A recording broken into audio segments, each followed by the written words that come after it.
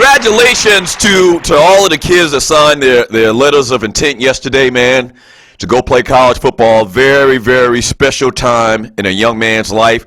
Once again, I remember back when I was coming out of high school and I got decided to go to Newberry College.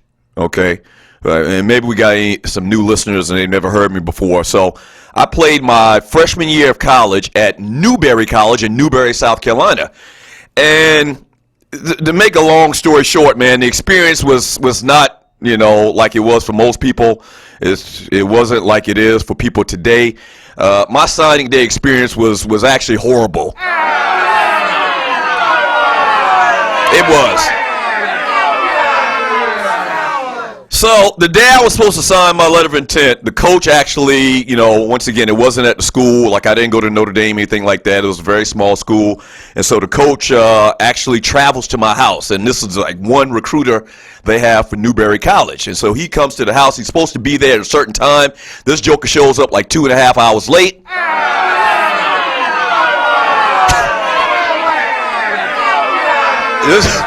No lie. This joker was supposed to show up like at 1 o'clock. He shows up like at 3:30 or something like that. So as he's pulling up into the yard, I'm leaving the house because at that point, me and my parents were like, this joker ain't going to show up. And remember, this is 1988.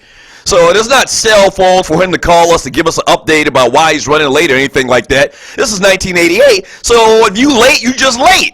So 2.5 hours passed by, and this cat hadn't showed up yet. His name was Etta. And I don't remember his first name, but he was the defensive coordinator for the football team, and I guess he was the main recruiting cat. And so he kind of reminds me of, thinking back, he kind of, Billy Bob Thornton, Bad Santa? He looks like a bootlegged, or looked like a bootlegged Billy Bob Thornton. Yeah.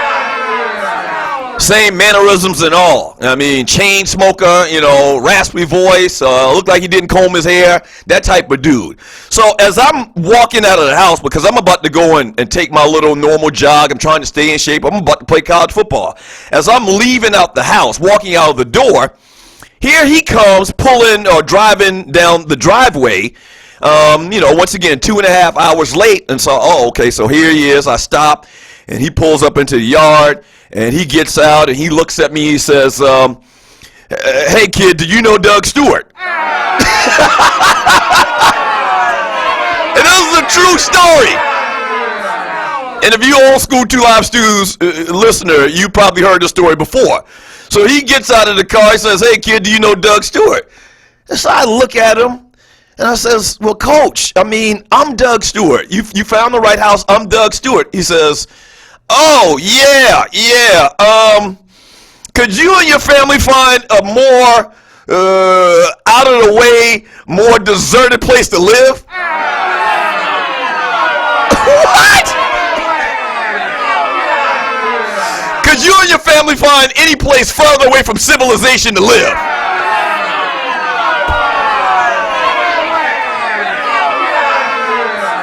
I says, well, coach, first of all, I don't know why you didn't recognize me. You met me. I visited the school. You met me. You showed me around.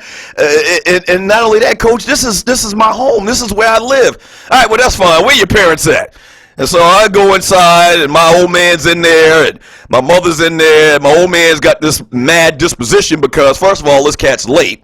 And you're listening to the Doug Stewart Show on the Stewart Media Entertainment Network. This is a true story. So my old man's got this, mean disposition because this cat's late. He's wasting our time, and it's very disrespectful. So Coach Etta kind of straightens up a little bit. He's like, hello, Mr. Stewart, Mrs. Stewart. Very excited to have your son come play for us at Newberry College. And my father, looks at him and they start talking, conversating or whatever. And he goes to my father, before we sit down and start to sign the papers. He's like, so do you have any questions? And so my old man, he starts asking like questions all over the place. He's peppering them with these questions. And at some point after question 2, and clearly this guy couldn't answer the questions. After question 2, every time my old man asked him a question, he was like, I'm not sure about that, sir. You might want to call the school.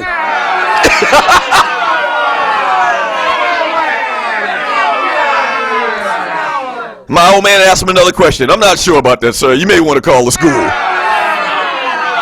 But what about this? Well, I'm not sure about that, sir. You may want to call the school. Like, that was his pre-described, answer to the question.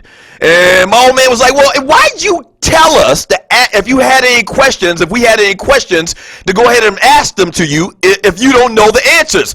Well, sir, and he's got a cigarette in his hand. Remember, this is 1989, so it's my old man smokes. It's allowable to smoke in the public places and people's homes. So he's got a cigarette handed out the side of his mouth, and he looks at my old man, and he's like, sir, I'm going to be honest with you. That's what they tell me to say whenever I come to these houses and pitch these kids, but I really don't know, sir. Call the school and ask them. They can answer your questions better.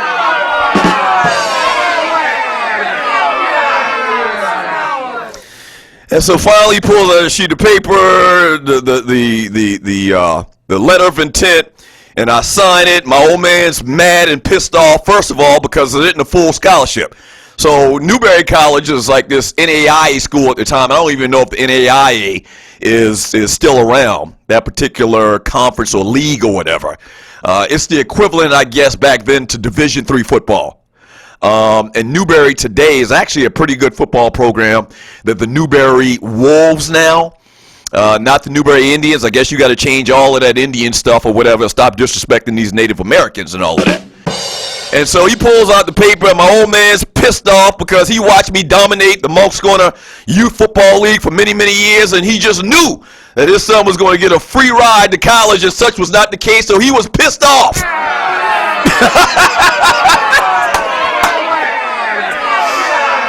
He had this pissed off look on his face like, damn, I thought you could play. I thought you were better than this. I got to come out of my pocket for half your damn tuition. So anyway, he pulls out the damn paper. Coach Ed pulls out the paper, man, and I sign it. And it doesn't take 5 seconds after I sign my name. He gets up and starts walking toward the door. He doesn't want to have any pleasantries or anything like that. And we get outside. My family, my mother and father say, all right, bye, Coach. We'll see you in a couple of weeks when he gets up there for the first game of the year. So I walk him outside. I'm about to go and do my jog again. And he looks at me, and he doesn't even say a word. He gets in the car, backs up, and I remember this like it was yesterday. He looks at me, gets in the car, backs up, and you know how you wave at somebody when you're about to leave? Like it's customary to wave? He doesn't even wave. All he does is peel out.